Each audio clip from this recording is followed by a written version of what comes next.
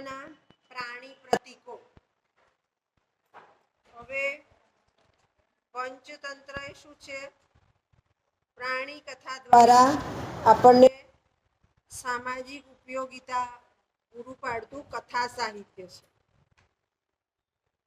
તો પ્રાણી, હવે એમાં તમને એકાદી કથા ચલાવી હશે, ચલાવી એકાદી કથા બેને પહેલી કથા ચલાવી, એકે કથા ચલાવી પંચતંત્રમાં? હા કે ના? વાર્તા ચાલીએ કે એને કથા કહેવાય, કથા સાહિત્ય છે. એ ભગવાન ક્યાં અટકશે? કઈ કથા ચાલી? બોલો, કઈ કથા ચાલી? કઈ કથા ચાલી? એમાં કયા પ્રાણીઓ આયા? કાગડો, ઘુવડ, બરાબર. એટલે કહેવાનો અર્થ એ છે કે જે કથા સાહિત્ય છે એમાં શેનો ઉપયોગ કર્યો છે? પ્રાણી કથાનો. પ્રાણી કથાનો ઉપયોગ શેના માટે છે? તો સમાજ સુધી એક સંદેશો, એક ઉપયોગિતા, એક માનવ વ્યવહાર શીખવાડવાનું કામ આ પ્રાણી કથા કરે છે. હવે અહીંયા આપણે કોઈ વ્યક્તિ ચતુર હોય તો એવું નથી કહેતા કે તું કાગડા જેવો છે, પણ કહીએ છીએ કાગડો ચતુર છે.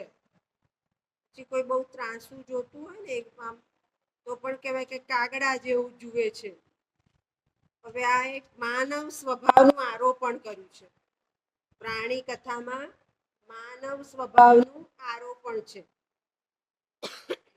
કેટલીક વ્યક્તિઓ સરળતાથી અંધારામાં રાત્રે કામ કરી જાય, તો એને સરળતાથી રાત્રે ઘુવડ, બિલાડી આ બધા સરળતાથી રાત્રે જુએ, તો ત્યાં પણ પ્રાણી પ્રતીક વાપર્યા છે. એટલે માનવ સ્વભાવનું આરોપણ પ્રાણીઓ દ્વારા કર્યું છે.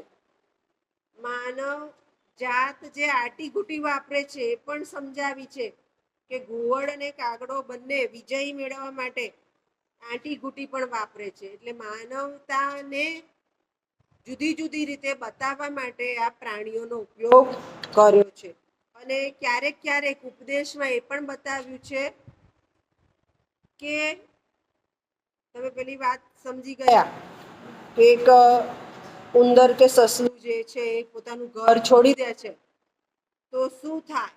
તો એ ત્યાં પણ આપણે બતાવી કે તમે તમારી જગ્યા છોડી દો છો તો એ મૂર્ખામી છે, કારણ કે પછી બીજો વ્યક્તિ ત્યાં આવી જવાનો છે.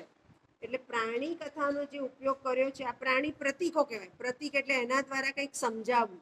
એ પ્રતીકો દ્વારા આખા સમાજનું મૂલ્યાંકન છે, માનવ સ્વભાવ બતાવ્યો છે, માનવની આંટીઘૂટી બતાવી છે, અને પ્રતીકો દ્વારા ક્યારેક ક્યારેક માણસ નુકસાનમાં પણ પહોંચી જાય એ બાબતનો ઉલ્લેખ આપણને બતાવ્યો છે. અને ત્યાં કયા કયા પ્રાણીઓ, તમે જ બોલો. કાગડો, ઘુવડ, પછી કયા કયા પ્રાણી બોલો? આમાં આપણને બતાવ્યા હોય એ જ. હાથી નહીં બતાવ્યો? બતાવ્યો છે હાથી? આમાં કયા કયા પ્રાણી બતાવ્યા છે બોલો? ચકલું, ચકલો પણ આવે છે કદાચ. ચકલો, પછી સસલું, આ બધા જે પ્રાણી છે એનો ઉલ્લેખ આપણા પંચતંત્રમાં કરેલો જોઈ શકાય છે, કે જેનાથી માનવ સ્વભાવ અને માનવ સમાજ બતાવવાનો પ્રયત્ન કરેલો છે. ખ્યાલ આવી ગયો? સમજ પડી ગઈ? આ સવાલ